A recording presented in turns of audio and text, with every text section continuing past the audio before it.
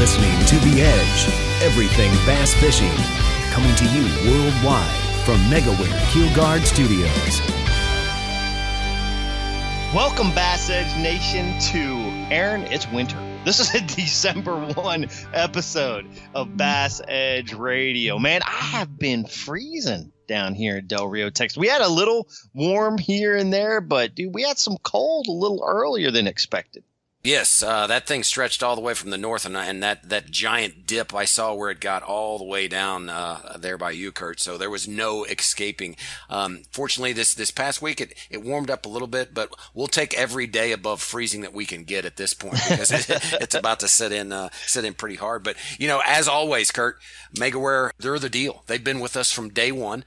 I can't believe that anybody has not heard of Megaware at this point if you listen to Bass Edge, but just in case, be sure to check out all things Megaware at KeelGuard.com. That is the first do-it-yourself keel protector, the Flex Step, the Skeg Guard, all things Megaware, the battery guard. Be sure to check them out at KeelGuard.com. Kurt, we mentioned that it is December, but also with that, we're quickly approaching at the end of the year here. There's been some change-ups on the different tournaments, scheduling, all that stuff comes into play. So I've got to ask, are you going to chase 5 fish, or are you going to chase numbers and go what circuit, what style are you going after? I am chasing 5. I'm going to chase 5. I think most bass anglers next year, now with format changes, will be chasing. So I will be. Man, I saw that Toyota Northern schedule. Yeah. Looks like a ton of fun. So I'm going to hit that, and I'm going back to my roots a little bit, Aaron. I'm going to do some Texas Bass Nation events here around the house, so I'm excited about that. Of course, getting my camp set up. We've got dates ready to roll out here in the beginning of December, so excited about launching all those youth fishing camps. And let me mention real quick, if you haven't seen the latest episodes of Americana Outdoors, you get the little sneak peek of some bass fishing camps with the Pro Bass Camp on Americana Outdoors. So, dude, we made television. Nice. We made television. So that was super cool. But let me tell you what we've made. We have made a marathon show today. So no hesitation. We're going to jump right into this thing, man. This is going to be a great episode 389 of Bass Edge Radio. Here we go. Segment B, right after this message. Stay tuned. Nitro Performance Bass Boats. Get pro-level performance with the Nitro Z18, the official boat of Major League Fishing. The Z18, with its nimble handling and versatility, sports many of the features in the larger boats in the line, like a Guardian Live Well, a heavily insulated cooler, dual 8-foot rod storage, and our smooth and fast NVT hull. Every Nitro boat is laid out to do one thing very well: catch fish. Enormous front decks, up to 45 square feet on the Z21, allow maximum mobility when battling unruly bass, and feature low-profile gunnels for ease of skipping, pitching, flipping, or landing fish. Nitro Performance Bass Boats, pure fishing machines.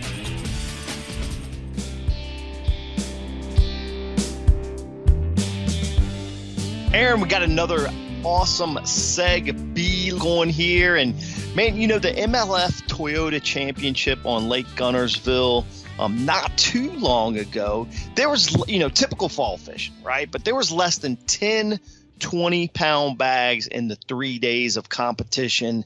And our friend Mark Lassagne, one of those monster fall bags out there at the Toyota Championship, man, figured we'd pick his brain on the success and lessons that he learned in that event. We'll also dive into the winter edition of Bass Angler Magazine. Excellent to have you back on Bass Edge, Mark. Cool, guys. I'm happy to be on the show. Well, Mark, always great to have you on the show. Today we're going to, kind of like Kurt said, just really break down some fall fishing lessons for us. But it goes without mentioning, man, you traveled from your home state of California, busted a 20-pound day one on the MLF Toyota Championship over at Lake Gunnersville in Alabama. Dude, how far is that, by the way? I mean, that's a long freaking ways. It is. It's, it is a long 2-day drive because I made it 2 days on the way back. So I think it's 29 hours, 30 hours, something like that, without stopping. We did stop, but, it's a 30-hour drive without stopping. How did you put all that together once you arrived at Gunnersville?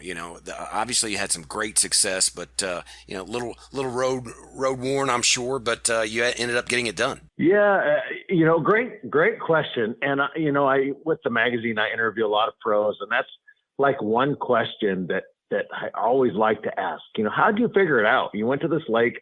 How did you figure it out? You haven't been there in a while, and so what happened? So honestly, I didn't have much time to research it. I'm kind of a busy guy, you might say. So on the way there, we watched some Bass U videos, and I did call and talk to Fletcher Shyrock, who hadn't been on the lake much, but he kind of gave me a little insight on what maybe what I should try to do. So that helped a little bit. It doesn't matter. No matter what time of year you're going to the lake, you're headed to. You need to figure out, what kind of cover does the place have? What are the fish doing? What are the normal seasonal patterns? And then how are things changed now to the norm? Because you may look at fall, late October. Well, I'm thinking it's usually pretty cold back there, but we went there shorts and flip flops. It was, 80 degrees. It was nice, and so I'm thinking, okay, well, this is a blueback and a shad lake, and they have gizzard shad and threadfin shad, and a lot of bait. And I'm thinking maybe the bait hasn't moved all the way back to the back of the coves yet because it's not cold. It was cold a couple weeks before, but then it warmed back up. So I did go back and try some of the backs of the creeks and try it, but I really didn't find anything. So I found them kind of halfway out and then all the way out, kind of in the main lake. I spent the first day running around. We caught just a couple of fish and, kind of scrambling, figured, oh man, this is tough. And, because Gunnersville is generally a tough lake in the fall, Yeah. My experience is every time I've been back east in the fall, it's been tough fishing. So you really got to figure it out. So I figuring the stuff halfway back, and first day was a little tough. I think we caught like one on a buzzbait and one on a worm, and nothing was clicking. Nothing kind of got together. So day two we caught one on a frog, and then caught another one on a worm, and caught I think one on a crankbait. And I'm like, well, this is still not working. So I go out and I went way offshore. Like 500 yards offshore. Kind of looking at some stuff, and I caught one on a chatterbait. It's a pretty good one, like a 3-pounder. I was like, well, that's a good one. And then start running around some more, and I catch another one on a chatterbait out on the on the grass. I'm throwing a green pumpkin jackhammer with a green pumpkin Zaco trailer, and it seems like it's working pretty good. And I'm working and finding a few fish here and there, but not, I don't think it's a pattern I can use to really, you're fishing to win when you're fishing one of these. So not a pattern I can use to win this tournament because I'm only catching a few fish. So after talking to Fletcher, he goes, you need to get one of these little Frittside crankbaits. I'm like, okay, all right. I'm thinking he's sponsored by Berkeley and Right. telling me, you need to get some. I did buy some. And so I put this little Frittside on and I start throwing it and I catch one, right? I'm like, oh, like another, like 3-pounder. The 3-pounders, my aspect of what's going on with the lake and the time of year, the way the bite has been, a 3-pounder is a pretty good one. If I can get some 3s and then, Sure. Get a 4 or 5, I'm right there and be pretty close. So what I did is I started working on this little crankbait. And what I found is that I use my Garmin. I have an EchoMap Ultra where I can adjust the color lines. So I adjusted the color lines. I used red for 0 to 5. And then I think it was orange from 5 to 10 and then yellow from 10 to 15. Well, I would put the boat in the yellow and I'd be throwing up into the red and the orange. But I had to be way, way offshore. I had to find the grass, and then it had to be a cove. Now, it's if you look at a cove on a regular lake, you look and there's a cove, right? But now when you're way offshore, you have to look at your graph to find these coves. And with the color lines on the Garmin, I could make it out to where I found a cove, and I would find these coves way offshore. So what I would do is I would throw this Frittside out, and you had to throw it horizontal to the bank. You throw it straight out and straight back. It's not one of those things where, you can find a fish in 4 foot of water and then just put the boat in 4 foot of water and cover that area. It was not like that at all. I was out in like 10 foot of water, throwing it up into 3 to 5 foot of water and reeling it straight back to the boat. And what I do, you had to find hydrilla.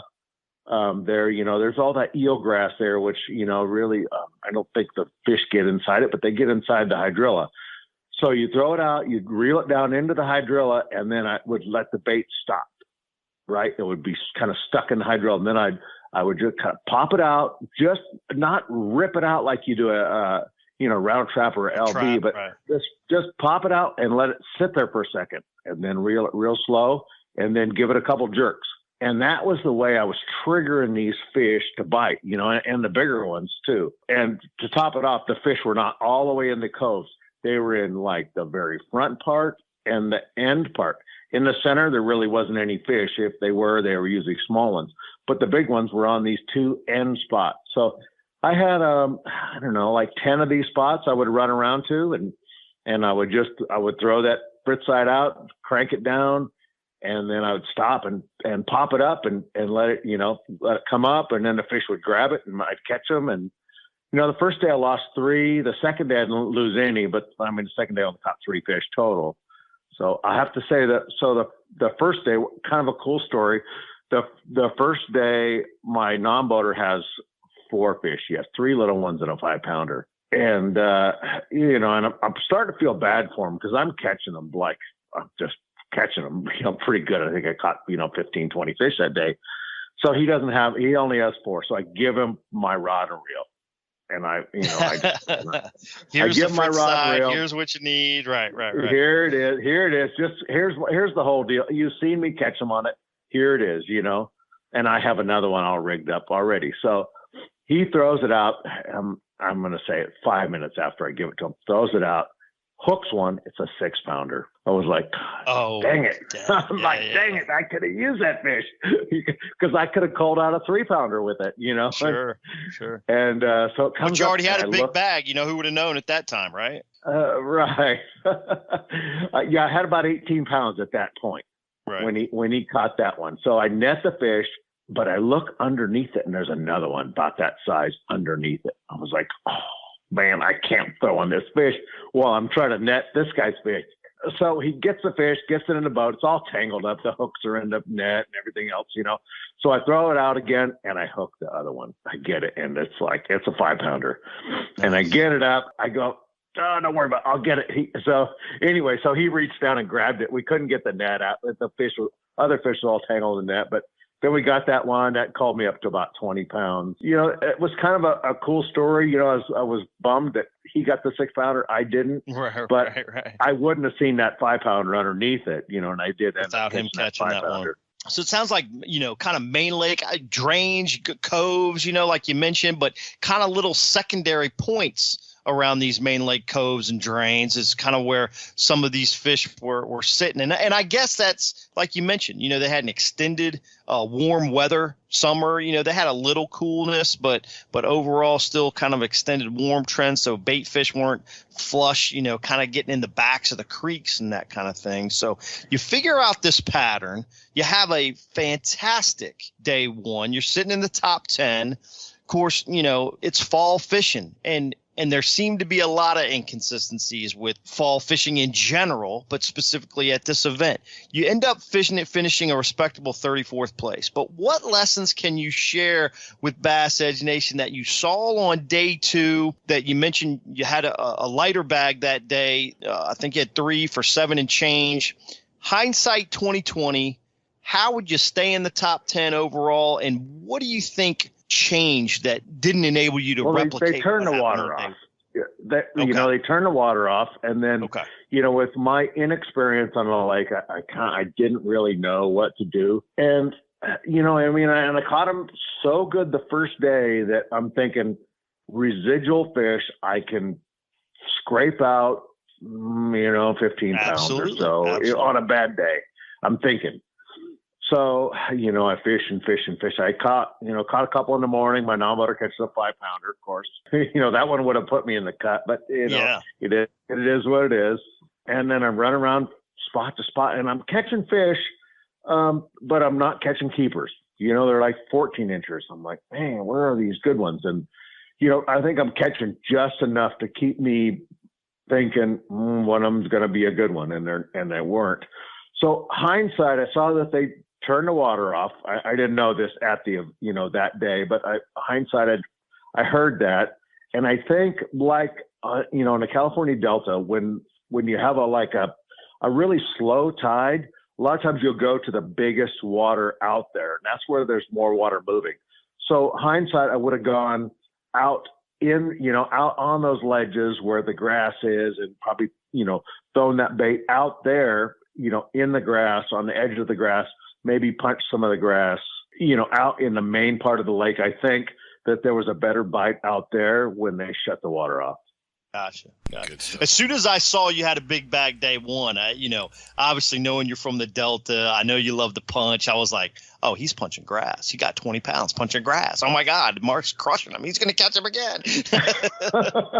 Guys are texting me, oh, the punch bite must be on. I go, no, it's not. I punched miles and the grass looks so good in Guntersville. I was like, oh, I saw it and I was like, oh my God, this looks so good. And I punched and punched and punched and punched. I never got a bite. I'm like, man, I can't do this. That was one of those things that, you go to a lake and you try to fish your strengths and you work and you work and you work. But, sometimes you need to veer off and to figure something out. If it's not working, then you got to keep trying different things and see what works. Well, and that's why I think, not only you're successful as an angler, Mark, but also, as many BassEdge listeners know, you produce one of the, in my opinion, the leading magazine in the bass fishing industry called Bass Angler Magazine. You have just a fantastic winter issue that is shipping now to newsstands, tackle shops, and subscribers. What are you most excited about in this issue? There's a lot. Every issue that comes out, I think there's a ton of stuff that really will help guys be a better angler, become more educated, help them in various ways. So I have this new kid, Andrea from Italy. So, and he wrote a killer story. He's helping me with website stuff. So he's a big help. He's in Italy, kind of like Jacopo, who wants to, came to America. He wants to come to America and fish. So I'm kind of giving him, some projects to do and maybe help him out. But he wrote a killer story on deep cranking for this winter. We got Drew Benton wrote a story on, worked with one of my writers on balsa. We have Josh Bertrand, our cover angler, who, just won the Open, talking about cold water swim baits. He's just a great guy. We have Fishing Below the Dam with Greg Hackney. And then I wrote a story on lithium batteries, and derived by a friend of mine. And he goes, well, I got 100 amp lithium in my battery and it ran out. I go, oh, really? I go, okay, well, let's look at that. And I looked at all the different things that he has running on his boat. And I went, okay, well, there's the issue. You're running over your reserve capacity. You're running out of battery. So I wrote the story as one lithium battery enough, and then covered some of the items that are on your boat and how many amps they draw, and why would you need more than one. A lot of great stories coming up too. Yeah, I'm excited to check it out. We talked about some power with Brad Hallman actually in our last episode, and then of course had Josh talking about his U.S. Open. So I'll be super interested to see what he does in the cold water swim bait world. Of course, the U.S. Open, a totally different technique we talked about here on BassEdge. With his live scoping and drop shot in there. He's obsessed with. Also another Berkeley bait, the Max scent, right? He caught a lot of his fish. So Berkeley's making some great products. Obviously, you're cracking them on the Fritz side, and Josh is cracking them on the Max scent. Mark, all these articles you bring to the table with your magazine, similar to Aaron and I coming up with interesting topics, how the sport evolves. It's going to be awesome to read that about your power situation and that 100 amp lithium battery and what you've dove into there. What do you foresee covering in 2023 as seasonal issues come together for spring and later on next year with Bass Angler Magazine? Because, just like our show here, Bass Angler Magazine putting out some content that hardcore anglers and weekend anglers need to be aware of? So where do you see things evolving from Bass Angler Magazine, maybe some insight to stories coming in the future? Oh, thanks. You guys do a great job, man. I know it's sometimes a daunting task coming up with a bunch of new things, to get to these anglers. So, I did a media event with Coulter, Watson, Rabanus, and Murray, and we came up with a host of topics for, just for these guys, some different ways, some top water ways to catch, Murray on his finesse stuff, how to catch bigger fish using finesse, right? How to catch quality fish during that season, working with these guys, Rabanus, the ins and outs of frog fishing. I mean, even though, frogs have been written about, Freddie still does some different things that, guys can learn from. When does he throw it? Maybe he throws it in the wintertime, when it's cold, when most guys wouldn't think about it.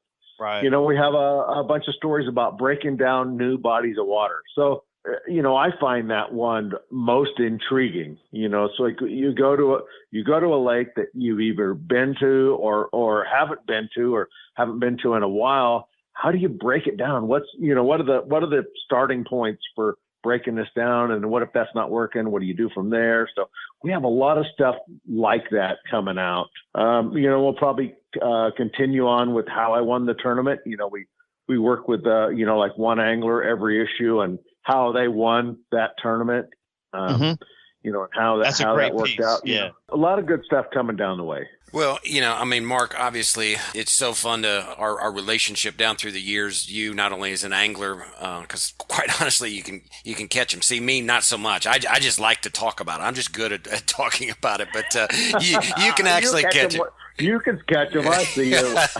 But certainly appreciate the insight as an angler, but also just with the information of kind of being that consummate source of knowledge on the print side. And it's just been an honor of being affiliated with you. Why don't you kind of enlighten the listeners again on how to get in touch and stay in all things Bass Angler Magazine? We're in about 4,000 stores across the country. Barnes & Noble, Bass Pro, Gander Mountain, Cabela's, some Piggly Wigglies. Walmart, you can find them there. Of course, Tackle Warehouse, just add it on to your next order. If you want to sign up, subscribe, go to bassmag.com, BASSMAG.com. And actually, when you go to that website, there's like a 25% discount built in already. So that one goes right to the subscription page. Perfect. Well, it's always great to chat, Mark, and congrats on the success out there at the Toyota Championship. It's fun to hear the stories about the days of success and the days of struggle, because we learn from both. So it's great to hear about that. Right. And man, best of luck. I know 2023 is going to be another big year for Bass Angler Mag, and probably another big tournament year for you yourself. So best of luck out there on the West Coast. All right. Thanks. Pray for water in California. Absolutely. We'll definitely do that. Guys, y'all stay tuned. Up next, this episode's featured angler spotlight right here on BassEdge Radio. This is MLF Pro Circuit Angler, Kyle Gillis. I'm Pro Angler Bill McDonald. This is MLF BPT Pro Jacob Wheeler. This is MLF Pro Circuit Angler Kyle Cordiano. I am Pro Angler Cole Floyd. Stay tuned for more BassEdge Radio. You know the importance of protecting your investments, so why use anything else other than the original and toughest DIY keel protector for your boat, Megaware KeelGuard. Grinding sand, abrasive rocks, and concrete ramps are no match for our exclusive contoured edge and patented technology. Megaware KeelGuard keel protectors are made tough and made to stick. Their do-it-yourself installation takes less than an hour, providing the longest-lasting, most dependable keel protection for your boat, guaranteed for life. Developed specifically by boat builders offering the best keel protection in the industry. Also from Megaware KeelGuard, Skeg Guard, Flex Step Pro, and Pontoon Guard. So give your boat the performance edge. Put on the protection the pros pick. Megaware KeelGuard.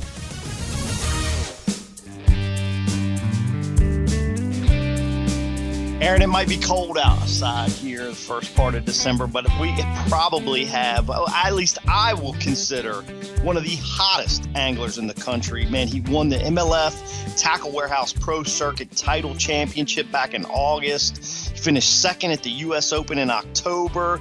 I think it was his first trip out west. We're going to hear a little bit more about this, but man, I'm excited to have on the show 2023 MLF Bass Pro Tour angler Spencer Shuffield. Man, Spencer, thanks for being with us here on BassEdge Radio. Hey, man, thanks for having me on.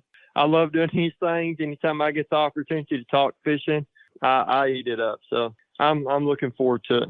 Well, we are excited as well, Spencer, and like I said a little earlier off air, I owe you an apology. You've got 3 years of catching up to do with us because for some reason we have not had you on here, but now you're going to bring the juice and you're going to help us take kind of BassEdge Nation IQ with the fishing off the charts. And, you know, speaking of those 3 years, your success during that time, your return to the national tour scene, what has been your biggest key to success in qualifying for the Bass Pro Tour and 2 top 5s in the Tackle Warehouse Angler of the Year standing since your return? And, you know, I had done it as a co-angler for 5 years, and it's just a lot of time on the water, but doing it as a co-angler for 5 years, and then I won the co-angler of the year that final year, and won a boat, came with it. It was the first year they gave a boat away for co-angler of the year. At the time, it wasn't worth anything. And that last year I was a co-angler, I seen they were going to give a boat away for co-angler of the year, and I was like, I've got to win that. And I ended up winning it by 1 point, ended up pushing out one of my best friends. We still fish all the time together. He lives 30 minutes down the road from me.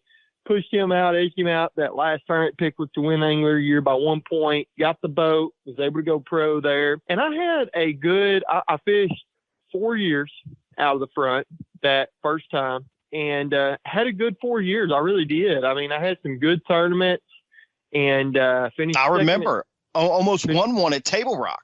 Yeah, should have won it. Yeah, but that was still when I was making a lot of mistakes that I hadn't learned how to fix yet. And it just seemed like even around here locally, I was a lot of tournaments and, you know, I might never say anything, but I felt like I was that guy that you rolled in, you were finishing third or fourth and you were losing by a pound or two. You're like, gosh, man, I had 3 on today that if I catch any of them, I would have won. And I just felt like I was that guy every single tournament. And when I went through the divorce and all of that back in 2015, I really got to stay home for 4 years and figure out how to fix them mistakes. And that has been mainly the number one thing for me. It's not like I've all of a sudden became just a way better fisherman or anything like that. I feel like as a fisherman, I've grown a lot. I've gotten a lot better. Not necessarily that my mechanics have gotten any better because I've fished my entire life. I mean, you know, there's things I've learned and picked up on, and yeah, I might be able to skip a jig a little better under docks now than I could back 10 years ago. I don't know. I mean, you know, that's not something you really necessarily notice, but it's the mistakes that I was making back then. I mean, whether it was the hooks or the line or the knots I was tying or just the way I approached the spot, depending on how the fish were set up. I've just spent so many more days on the water now, and I was able to really just cure my mistakes. And I still make mistakes on the water all the time, but man, it's not often now that I'm coming in and I'm like, gosh, I lost 2 5-pounders a day, or you know what I mean? It's like I felt like it was back then. Right. I fish pretty clean now, and that's what I tell a lot of the high school anglers around here that I talk to. You know, I tell them the same thing. I say, man, it doesn't matter who you are. If you are a decent fisherman, more than likely, every time you go on the water, you're going to have your opportunities to do very well. And the better you take advantage of them opportunities, the better you do that day as far as not losing them or breaking them off. If you take advantage of those opportunities when you get them, you'll see that instead of finishing the bottom half of the group, you'll always be in the top half. And then you'll start winning more. And as you start winning more, you start getting better and growing more as an angler, and you start winning even more often. that's just kind of, how it just unfolds. And to me, it's a lot of hard work and being able to learn how to fix those mistakes. Because we all make them out there on the water. Absolutely. Spencer, you talk about time on the water, and you talk about, some experiences. Obviously, we're gonna draw from some of those experiences, but so many times you are making reactions to conditions you're seeing on the water based on all that time that you've spent on the water. How difficult? I mean, obviously, you can teach fundamentals of the game, some of the things. How often are you seeing that the experiences that you have just pop up subconsciously? You're able to incorporate that in an immediate decision the day of your fishing, and that's really potentially what's taken you to this level of consistency that's pretty daggum amazing. Well, a lot of it is instinctual, but like you said, it all comes from spending time on the water. You start doing things out of reaction and instinct, and you don't even realize you're doing it. Right. Because the fish are showing you something or telling you something, and you just out of instinct know this is what you've got to do or what you don't need to do. So funny, because I've got a buddy I talk to who lives in Illinois, and we talk on a very weekly basis. I mean, it seems like we always talk for 2 hours, and we talk about this kind of stuff. And last night we were on the phone, and like that kind of got brought up, and I told him, I said, man, I know there's a formula to bass fishing. There is a formula to it somewhere, but I don't know how you can actually figure it out. I mean, there's guys out there, it seems like they've got it figured out better than others, but I mean, I critique what I do a lot. I feel like I'm kind of stubborn a little bit. I'll roll up to a place, and the first thing I look for is where can I catch them on a spinning rod? Mm-hmm. That's because that's how I enjoy to catch fish. I mean, I would rather, and I tell people this all the time, I'd rather catch 30 pounds on a spinning rod and 6-pound line any day of the week versus a casting rod and 65-pound braid. I love catching them frogging, punching, and swim jigging and chatterbaiting with as much as anybody else in the country. Right. I love doing that. But my preference is to catch them on a spinning rod. It's just more of a challenge.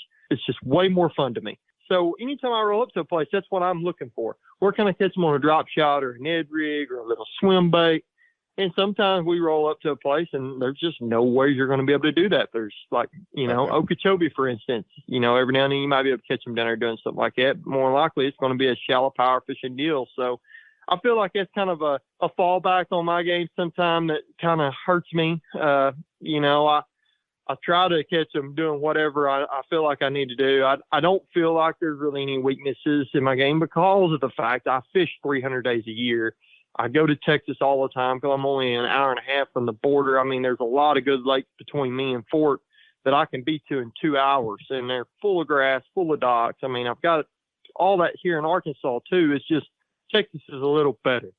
And so I do all that stuff all the time, but I've just got my preferences.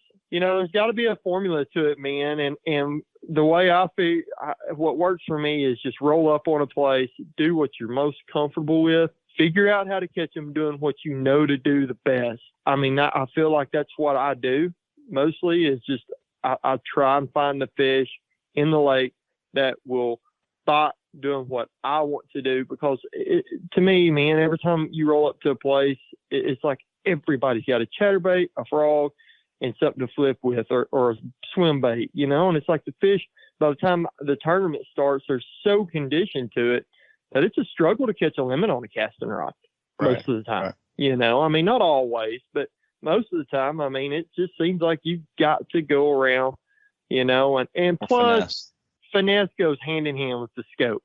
Mm-hmm. And I am absolutely addicted to live scope. I mean, I'm so addicted to scoping them. That's awesome. It's just nothing like it. It's a topwater bite that lasts 8 to 10 seconds longer.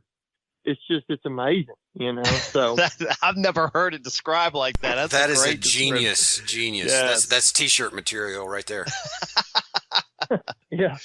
Let me hit you with this real quick, Spencer. We talked about, these experiences, these quick on the water decisions. Of course, there's fundamentals in the game, and you talk about the analytics, more or less, of the formula that can be put together to be successful. Man, I grew up in the 80s and 90s, obsessed with bass fishing as I am today. But that's when I really started, right? And we got to bring your dad, Ron, into this, man. Hugely successful tour competitor when bass fishing participation was in a gigantic boom in the 80s, 90s, and early 2000s, right? What were some of the early childhood lessons, or as a young angler, a young man, that he was able to, have some significant impacts on you as a tour angler? Maybe some of those lessons that when you look back and you're like, I've heard that before. Dad mentioned that. Yeah, we had a lot of good times out there on the water, me and my dad. Right. And he was gone a lot, but growing up fishing with him, it was very simple. It was a jig or a spinnerbait or a rattle trap. I mean, the Bill Lewis rattle trap, that's all we threw. And if they weren't biting one, they were biting the other. But it just seemed like fishing was a lot simpler back then, too. Mm-hmm. I don't know if there wasn't as much competition on the water as far as anglers or what it was. It was just a lot simpler, it seemed like. I'm not taking anything away from them guys back then. Yeah, it's a different time, sure. I just feel like the fishermen nowadays are 100 times better. We've got so much more knowledge now than they had. I mean, and technology even. And yeah, I mean, some guys would disagree and say that, we've got the technology. They didn't. But, I mean, I grew up learning how to use a flasher. And, man, when we found a good brush pile or found a good school of fish, we marked it with 2 landmarks. I mean, that's how we've done it. I still do that today, make landmarks. Even though I've got GPS coordinates, I can make a waypoint. I still make landmarks on a good school of fish or a certain rock, because you never know when you're going to be out there fishing, your graphs are going to go down or something like that. I've never had any issue like that before, but you just never know. You know what I mean? And so I still always make a landmark on a spot that I know is like the juice. So I know that if something happens, I can get back to it, and I know the cast to make, or whatnot. But learning stuff like that from him, was what it was all about, really. I mean, we spent so many nights on the water, so many days on the water, but come a long ways. I mean, I really have, from what he taught me, and the fishing world as a whole has come a long ways. I can look back at things. It just doesn't seem like it was 25 years ago, but I remember my dad had me on the water when I was 2-3 years old, and I'm out there throwing a 10-inch worm on a pistol grip with a Zebco on it, and I don't know how I ever caught one. I don't think he ever really expected me to catch one, honestly, because, I mean, you're throwing a 10-inch worm out there in 20 foot of water, and they're down there, in grass or brush, and you're throwing a rod that's really 200 even crappie fish with. How about just like foresight from, an industry perspective? Not really getting into the business side, maybe not techniques, but just overall, like, obviously when you were co-angling in the FLW days and having crazy success, I got a question for you that here in a minute, but is there anything that just sticks with you that says, I learned that when I was young because my dad was also in the industry? Well, there's nothing that just sticks out to me that my dad ever I mean, there is, but nothing related necessarily to the industry. I mean, right. By the time I got old enough to understand it, my dad was getting burnt out. Right. I got that too. It was a lot of different things and emotions he was going through, Yeah. He was making the switch from bass to FLW, but a lot of that was on my behalf because of the fact I started taking a lot of extra classes in high school so I could graduate early and start the tour. I mean, it was planned for me to fish since I was probably 9 or 10. I mean, my mom and dad started planning stuff. Dad tells me all the time, I seen it in you when you were like 3. He said, I mean, you just could catch fish like you would never believe. I mean, and I knew that you were going to do this. And I was obsessed with it. I remember my dad would walk through the doors, and if I wasn't able to go fishing with him that day or something, he'd walk through the doors, and the first thing I would do is smell his hands because I knew how many fish he caught by how his hands smelled. I mean, that's just the way I was. I mean, I was obsessed with it all the way around. But as far as the industry itself, none of that was really discussed a whole lot. I remember going to Bassmaster Classic every year as a kid. I mean, I've all them, the main tournaments. If I wasn't in school, I got to practice with him for the Classic every year. I was always seeing the Van Dam, all of them, the Denny Bryars, the Jay Ellises, all of those guys that you've dreamed about seeing or whatever. I grew up seeing them guys all the time, playing with their kids. I mean, hanging out. I mean, we'd go out and eat together. It was nothing really different to me. So it was just your life. Yeah. Well, Spencer, let's run with that for a second and kind of shift to more or less angler personality. Going into your first season on the Bass Pro Tour, what are your thoughts from a competitive standpoint, being, that many of these competitors come from the old bass angler pool, that quite honestly, you haven't seen much in competition as you developed through the years. You made 2 knockout rounds in your first, I think 2 BPT experiences during the 2021 season. And then I feel that format really, suited some of your fishing strengths. What do you, from a new format of 5 biggest as your competition has been focused on, more numbers rather than quality in the past couple years? Well, I'm definitely more of a numbers guy. But, I've only fished 3 tournaments under that format. The title championship at Sturgeon Bay. Sturgeon, yeah. Which I hands down would have won that tournament had the wind not blowed that last day. I mean, it's what it is. But I was on the biggest school of smallmouth I've ever found in my life and didn't even get to scrape the surface on them jokers. But both of them at Rayburn and Harris Chain was a blast. And neither one of them, Rayburn is kind of my numbers place, and I'm sure Harris can be too. But I was catching tons and tons and tons of them at Rayburn, but just not 2-pounders. They were all 112 or 115s, and I enjoyed it. I mean, just seeing it, like, man, this format is going to be the deal because there's going to be certain places we go that it's going to be lights out. I just know it. And people that's fished with me, they know how I like to fish and stuff. But all I've ever fished is 5 fish tournaments. That's it. To me, it's the more I can catch, the better quality I'm going to catch. I mean, a lot of guys go out there and they catch 7 bass to get to 20. I've got to catch 50 to get to 20. But I'll throw back 3 or 4 limits that would have weighed 15. So that's what I was looking so forward to. And the fact that they went back to 5 fish, I've worked so hard to get to the Bass Pro Tour. I legitimately qualify for it for this year, and they end up not giving out the spots that they said they would. They gave out 3 less spots, and I was the very first one out. So I made sure that I was going to fish lights out this year as best I could so I could qualify for it because that's where I wanted to be because of the format. And was able, managed to qualify for it this year and for next year. And the fact that they went to 5 fish, it is like such a knife in the gut. I mean,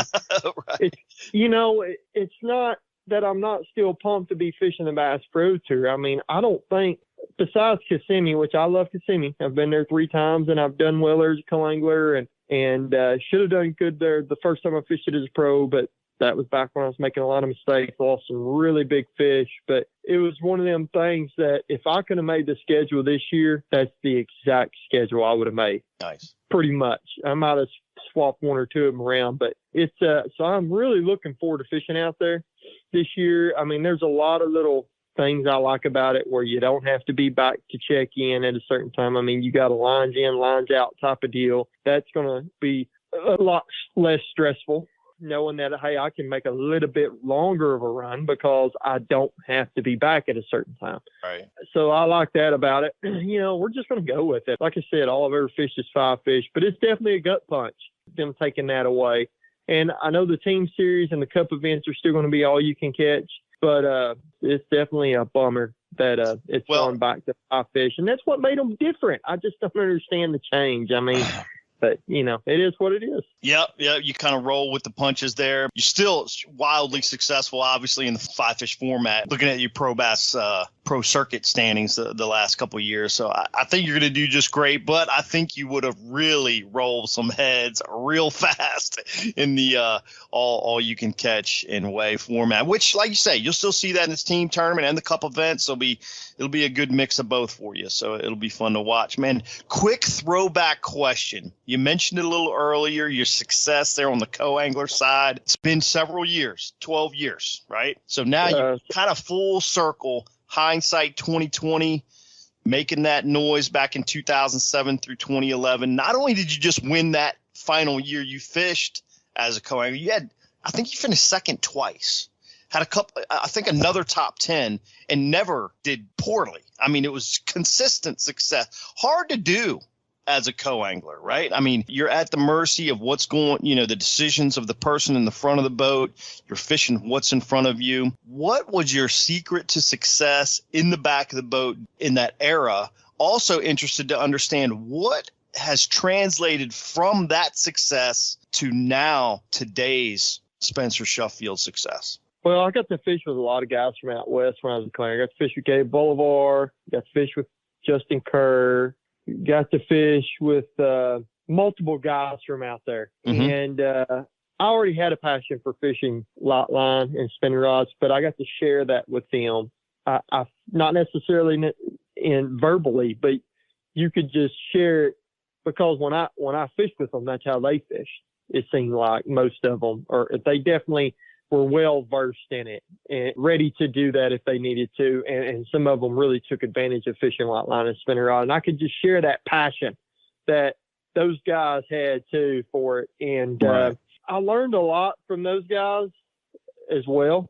But I learned a lot just in general from how I grew up fishing with my dad versus how a lot of other people fished. I mean, sometimes you hear that you don't really know what's out there until you get out there. And it was kind of that way with the fishermen. I mean, I guess I assumed that everybody basically threw a spinnerbait and a jig and a rattle trap until I started fishing with other people and realized, hey, man, there's a lot of other things to do out here to catch them. And not that I didn't already know that. It was just the fact that that's not what we did. So I didn't really truly learn how to start fishing as a whole. I mean, I felt like I was good at fishing when I was just a younger kid, 10, 12, 13 years old. But I'm talking about how to go out and catch them doing a lot of different things until I got probably 20 or so, because I really started fishing with a lot of people that knew how to do a lot of different things. And I just saw a lot of stuff out there as a co-angler. You fish with a guy that would pull up on the same kind of point you see my dad pull up on, but they would approach it totally different and catch fish doing it. And then there was a lot of times I'm like, man, if Dad was here fishing this thing, we would absolutely be cracking them right now, or if I could fish it the way we fish it, we'd be killing them. And so it was just seeing a lot of different things like that really helped me, and seeing how other guys approach stuff differently. But at the end of the day, when I turned 17, I got my own little boat. I bought a Sprint with a 150 XR6 on the back of it, and I just started fishing a lot, all by myself. I mean, I fished every dang day. That's where I really started learning things, because I would go out on tour. I would see a guy. I would draw a guy that was throwing. They weren't even, around back then. I don't guess. Maybe they were, but I'm just going to use this for an example. Glide bait. Draw a guy throwing a glide bait, and I'm like, what the heck is this thing? And see how he's fishing it. Well, I'd go back home and I'd get on Tackle Warehouse or wherever, and I'd order me one. And I would take his hour lakes and I'd learn how to fish it. And so every time I'd go to this one tournament and fish with a guy, I would always pick up something. I would always learn a little something. Then I would come back and I would learn exactly how to do it myself and how it worked for me. And I would just refine that. And man, that's really what's helped me going forward, was just getting all of that knowledge that I've gathered up. And it was like a sponge, man, just sucked it and soaked it all in. Well, not only that, then you put it to use, right? I mean, you get a lot of those, you get a lot of anglers that see some of these things, but they're not tackling it back home or back on the water the way that you did, obviously. And that's what kind of has put you in the position I feel like you are today, which is well, and that goes back to the 4 years that I in between my tour times. I fished the first 4 years as a pro, and now was learning how to do something on a body of water you knew everything about. Because it's one thing when you go to a body of water you know nothing about and you're trying a new technique, you're like, why might I even be around fish? But I can take techniques that I know nothing about and go out here on Lake Hampton, because I know every rock in this place, and I'm pretty sure I've caught bass in it twice. So I know where they live and at all times. And so if I go out there and I'm not catching them with it, then I know I'm not doing it right or something. And I learned how it's got to be fished to catch them. It's kind of like having a swimming pool full of bass in it. I mean, it's the way I look at it. It's great to take it to the swimming pool and see what the action's like, but how do they want it? What makes them react to it the best? And so knowing a body of water, learning how to do stuff on a body of water you know everything about, really is what helps. And that's helped me a ton. That's a crazy cool fishery, by the way. I fished the Cup there. I think it was in 19, and man, it's a very diverse place. So super cool. Yeah. Hey, we got to cut to a quick break, man. We're looking at the blueprints to success with MLF Bass Pro Tour angler Spencer Shuffield. We're going to power pole down for a quick pause. We'll be right back after these messages. Stay tuned. Patented in 2000, perfected over years of testing and real-world punishment, the Power Pole is the ultimate shallow water boat positioning tool. Swift. Power Pole deploys in seconds from anywhere in your boat. Virtually silent, Power Pole won't spook wary fish. Secure in strong currents or gusting winds in up to 8 feet of water. Engineered to take it with a lifetime unconditional replacement guarantee on the spike. Power Pole. Swift. Silent. Secure. Visit PowerPole.com to find a dealer near you. BassEdge presented in part by Mercury Marine, returning with MLF Bass Pro Tour angler Spencer Shuffield in this episode's featured angler spotlight. Mercury Marine, go boldly. Spencer, I didn't know you, still getting to know you, but I remember I think it was FLW Tour. Can't remember. We were at Lake Martin in 2020. And I'm running around the back of pockets. I like to sight fish. There's fish on bed back there. I'm doing my thing. I see you out on some of these secondary points staring at your graph.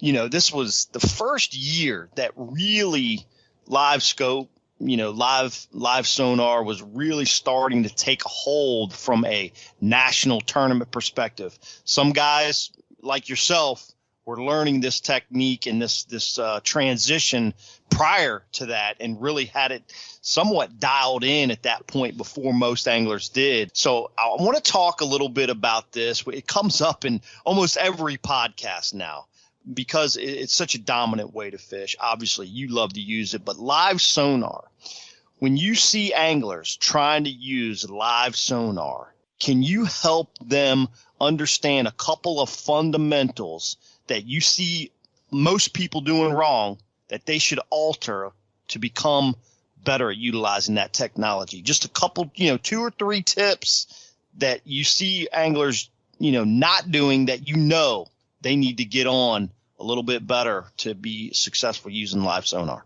Well, I get asked the question all the time about settings. And I think a lot of guys, because I haven't been with many people that use it, it's just me, myself, and I don't ever really watch other guys using it to see what they might or might not be doing right. But, and heck, I ain't got it all figured out. That's for sure.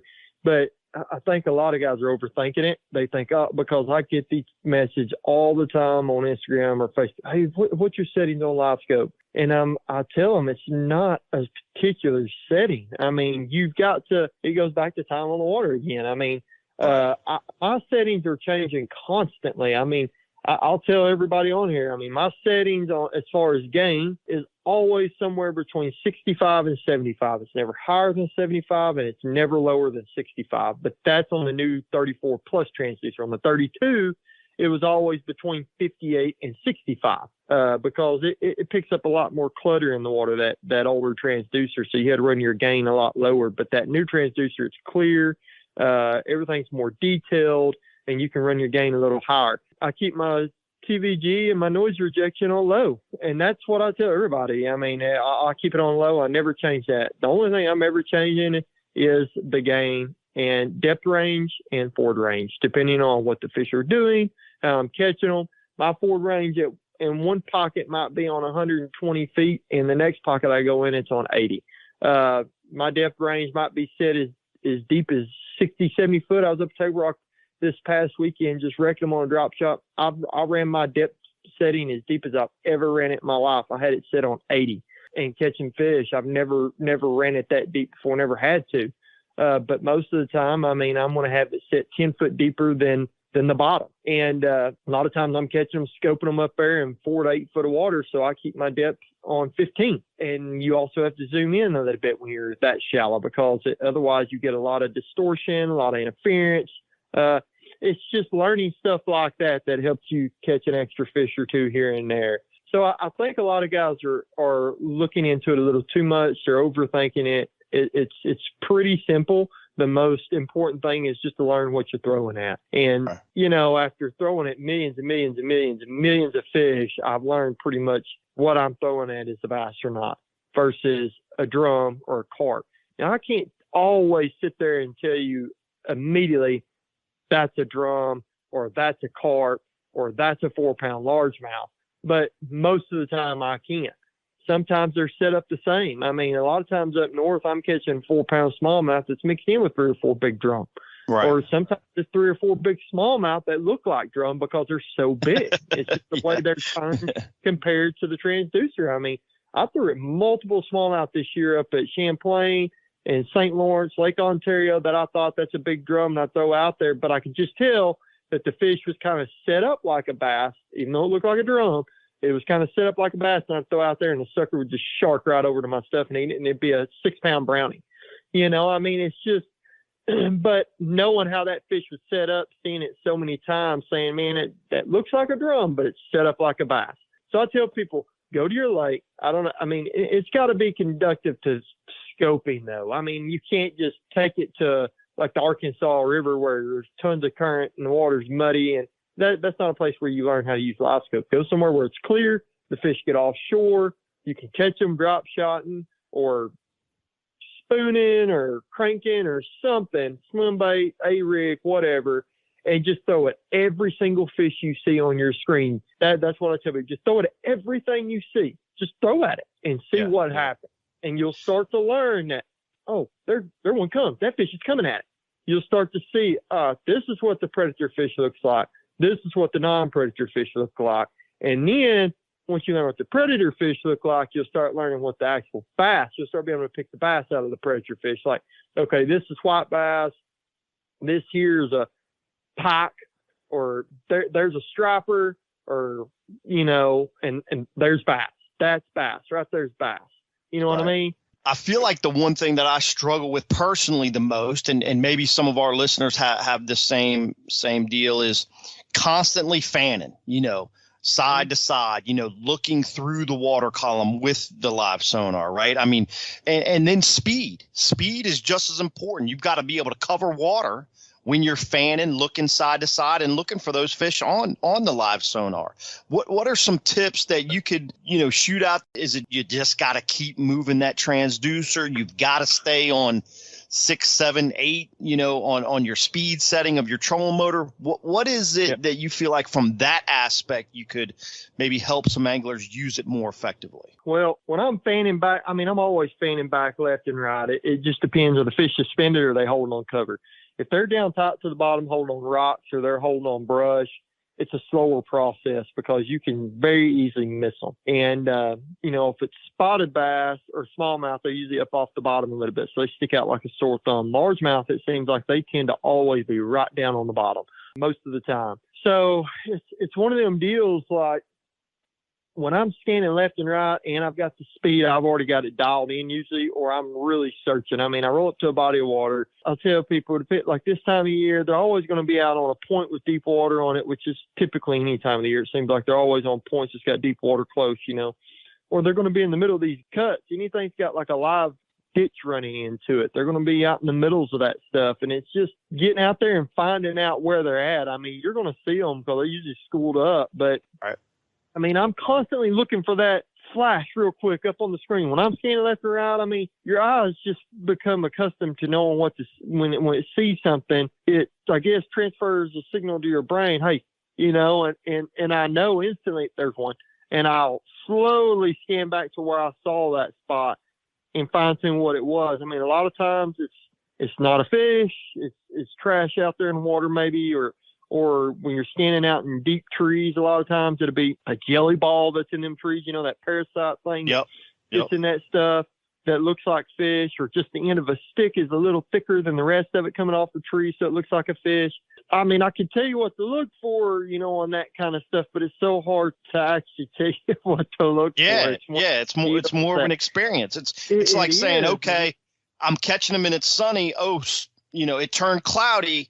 oh, maybe this is an adjustment I need to try to make. And it's the same thing with scoping, right? I mean, you get out there, you start looking, you have these hundreds, thousands of experiences, and you just have to utilize those experiences to make yourself a better user of the technology. They're not always visible. You know, I mean, there's so many times, like Table Rock up there Saturday, I was up there, I got out there and from daylight to noon, I mean, just seeing them everywhere, catching them everywhere, just one after another. And then at like 12:30, gone. There's no more bass. I mean, you're not seeing them anywhere. I went shallow, went deeper, they're gone. And come to find out, they had all just sucked right down to the bottom. Because you kind of barely see the top one's bite. She'd bite, you'd pull her up, and there'd be 25 more rise up off the bottom with her. So they're not always visible where you can see them, you know? Yeah. There's just a lot of little ins and outs about it. I mean, I'm learning with it every time I'm on the water. I'm learning with the scope and something about fish behavior and things of that nature. So it's just a really cool thing. I don't know when we'll ever actually have it all figured out with it, but I feel like I've gotten it dialed in, no doubt, but I'm still learning a lot of stuff with it. It's kind of like, do we ever really get there, Spencer, you know, with the development and, you know, and I'd kind of like for you to touch a little bit on that before we head into the listener question segment here, as far as just what advice that you can provide anglers looking to kind of, you know, make that next step in their process of becoming a better angler. You know, where specifically do you see kind of common deficiencies or, you know, from the more intermediate anglers that would help, you know, us possibly become more successful at catching bass? Outside of live scope. Yeah, I watch YouTube a lot, but my deal is I keep up with everything over in Japan. But that's because I like to finesse fish, but they also do a lot of power fishing over there too. But I watch a lot of YouTube. I am subscribed to, I can't tell you how many of these Japanese fishing YouTubers over there, because it will blow your mind at what they will show you that we won't find out about for another 4, 5, 6 years. So I just like watching them guys fish. I mean, most of the time they're fishing from the dang bank. They don't even have boats. It's just unbelievable to see these guys. They really are that good. I mean, I wish I could make a book or a movie on live scope or what makes a guy a better angler just on the water in general. Because, I mean, in the moment when you're actually out there, you could say, hey, this here is what really helps. That there's what really helps. This is what's helped me. What just happened right there was something big going forward that will help you in the years coming. But without being out there, it's so hard. And that's why it just always goes back to time on the water. I mean, if you're a guy that's only getting to fish 1 to 2 days a month, I just don't think you're ever going to get there. I mean, and I hate to say that or bust anybody's bubble, but it's just the truth. I mean, it's just the truth. I mean, no sense in giving somebody a false sense of hope. I mean, if you can't fish more than twice a month, there's too many guys out there that are fishing 15 to 20 days a month. I mean, I know guys that they're only at the Toyota Series level, man, they're on the water 4 or 5 days a week. I mean, that's just, they're out there all the time. They've got a job that allows them to do that, or they're just financially able to do it, whether they inherited money or whatever. It's just a very competitive game. Fishing is such a competitive game.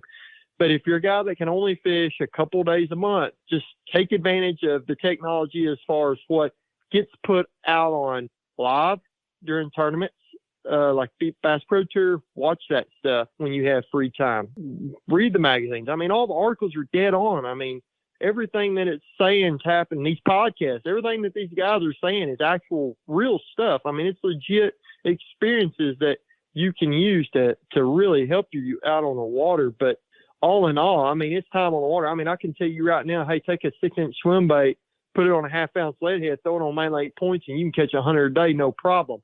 But if you haven't seen it done, you're going to fish 1 point without a bite, and you're going to think, this ain't working. I don't know how to do this. When it is working big time, you know what I mean? And it's just one of them deals, the experience of actually seeing it happen with your own eyes. It's hard. If you're not out there actually seeing it happen, it's hard to make it happen. I mean, you got to spend time on the water. I mean, that's the number one ingredient every time. I mean, that's the only thing I can really truly say about it. Great feedback. Great feedback. We got an interesting question for our Midway USA gift card giveaway. In this segment brought to us by Nitro Performance Bass Boat. Spencer, this question came through our Instagram account from Shane Bracca. Looks like he's out of New Hampshire. He wants to know, what is the best way to not get fished out? I think he's talking about being burnt out here, right? He says, I hear stay motivated and keep your head in it. And I got to be honest, Spencer, you hear a lot in friend circles, right, about burnout, tough fishing, maybe poor tournament performance, just not getting what you're expecting out of the sport in general. How do you keep from getting burnt out or, fished out and not, staying motivated to keep your head in it? Well, for me, it's fishing different bodies of water regularly. I have gotten burnt out here around my home lakes. I literally can't stand to put a boat in Lake Hamilton or Lake Ouachita or DeGray anymore. I've grown up fishing my entire life. It's always the same thing, same places, same baits, and I've gotten really burnt out on fishing these lakes around here because they're not very good in general, other than the winter months. So I go to a lot of different places. I go to, like I said earlier on the show, I go to Texas some. It's only about 2 hours away, but it's really gotten bad for me in about the last year here around home when I am home, which isn't a lot, but when I do get 2 or 3 weeks, I've gotten to where I'd rather just sit here at the house, watch a little TV than to go fishing. And it's not because I'm burnt out on fishing. I just don't want to fish around here. So what I've started doing is I've started taking stuff like a glide bait, for instance, or baits that you see these guys throwing out in California, really big swim baits, and things that I just don't do. I never do on tour, but I've always thought about it. I'm like, man, I bet you I could pick one of them up and maybe throw it the rest of the day. Sometimes you get a 16, 18 pound limit pretty quick and you just want to go hunt for a big one, but you never do really. And I've started going to these lakes and getting bites doing that and catching some big ones. And it's really kind of put a fire back in me to start fishing my home lakes again because it's a totally different way of fishing. So to me, it's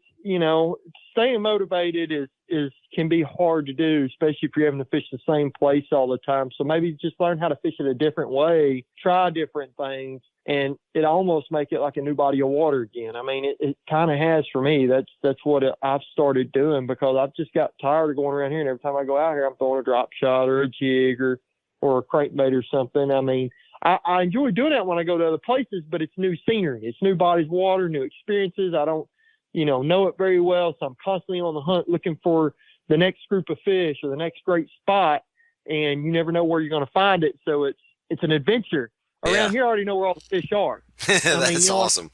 There's no adventure. I mean, I'm going to this spot, that spot, that spot, and that spot. I know what I'm going to catch, most of the time, and so I've kind of got burnt out on it. And I think, like I said, I think that's kind of the way it was. What happened with my dad? He got tired of the traveling. He got tired of going to the same places all the time. He had been there, hundreds of times, and it was just one of them deals. He just kind of got burnt out on. I've asked him a lot of times, like, do you not miss tournament bass fishing? I mean, do you not want to get back out there? And he's like, I miss the competition, but I don't miss the traveling. He said the only thing I really truly miss about it is competing, and I miss going and catching smallmouth up north, like the St. Clair and those Champlain. That's what he truly misses, is going to them places. It's not the Gunnerville and Okeechobee. He don't miss going to places like that. It's going up north and catching them big smallmouth and stuff like that. So very cool. It's Very cool. Well, a great answer, Spencer. And I mean, that's going to be the challenges for certainly you guys at the top level, but also, people that's been at it a long time of constantly pushing the envelope to get out there, try something new. Great advice by picking up a rod that you don't normally throw. Make that the only thing on the front deck of your boat, right? That's how you can, you can get out and not only learn something new, but keep it interesting. That is one more thing, though. There is one more thing I should say that we need from Shane, and that is to simply log on to BassEdge.com, click the Claim Your Prize tab, fill out the information, let us know that you heard Spencer answer your question right here on episode 389, and we will get the Midway USA gift card for all things fishing and all things outdoors sent directly to your doorstep. And as always, a reminder, Bass Edge listeners, keep firing those questions to our Instagram, Facebook, or through our website at BassEdge.com. Simply click the Ask the Pros tab, and you could be the winner of the next Midway USA gift certificate from here at Bass Edge Radio. Spencer, really enjoyed the interview. Your passion, for the sport and excitement are contagious. I feel like, you just took us on the master's class. Any closing thoughts for the listeners as we close the interview down? Yeah, man, I love meeting people and getting to spend time on the water with guys that share a passion that I do too. And it's one of them things where I don't think I'll ever get tired of it. I absolutely wish I lived on the road doing this 24/7. I tell my wife all the time, I want to take y'all with me, but I really wish every week we were somewhere else fishing a tournament. It's just, I enjoy it so much. And it's the only thing that I know how to do, very well, that I feel like I can really compete with, other people that share my interest is bass fishing, and so I just love going around and fishing against a bunch of different competition. This year I got to go out west and fish against that group of guys, and that was just an absolute amazing experience. Totally different type of fishermen out there. Those guys were so welcoming and just had so many good conversations out there, and just what amazing fishery Lake Mojave is. It's by far got to be top 3 my favorite places I've ever been, and can't awesome. Wait to get back out there next year in October. Gosh, I cannot wait to get back out there. But yeah, man, anybody, you can give me a shout out on Instagram, Sheffield Fishing, my fishing page on Instagram and Facebook at Spencer Sheffield Fishing. Shoot me a message if you got any questions. I might go in a little bit more detail with you on a live scope deal or whatnot if I know the exact question you need answered. So I appreciate you guys having me on, and I look forward to next time we do it. Absolutely, Spencer, man. Have a great holiday season, man. We obviously look forward to continue following your continued success in MLF. Bass Edge Nation, hold tight, as Aaron and I will be back right after this last message in the break. You know the importance of protecting your investments, so why use anything else other than the original and toughest DIY keel protector for your boat, Megaware KeelGuard. Grinding sand, abrasive rocks, and concrete ramps are no match for our exclusive contoured edge and patented technology. Megaware KeelGuard keel protectors are made tough and made to stick. Their do-it-yourself installation takes less than an hour, providing the longest-lasting, most dependable keel protection for your boat, guaranteed for life. Developed specifically by boat builders offering the best keel protection in the industry. Also from Megaware KeelGuard, Skeg Guard, Flex Step Pro, and Pontoon Guard. So give your boat the performance edge. Put on the protection the pros pick. Megaware KeelGuard. The PowerPole Charge Marine Power Management Station is the most advanced system of its kind available on the market. It does the work of 3 devices, a traditional battery charger, a charge on the run, and an emergency start system, all in one compact unit. The Charge lets you run your boat's accessories the way you want to run them by allowing you to monitor and control your power usage through the PowerPole app. It automatically devotes power to the batteries that need it the most for maximum efficiency. The new Charge from PowerPole. Power where you need it, power how you need it, power when you need it.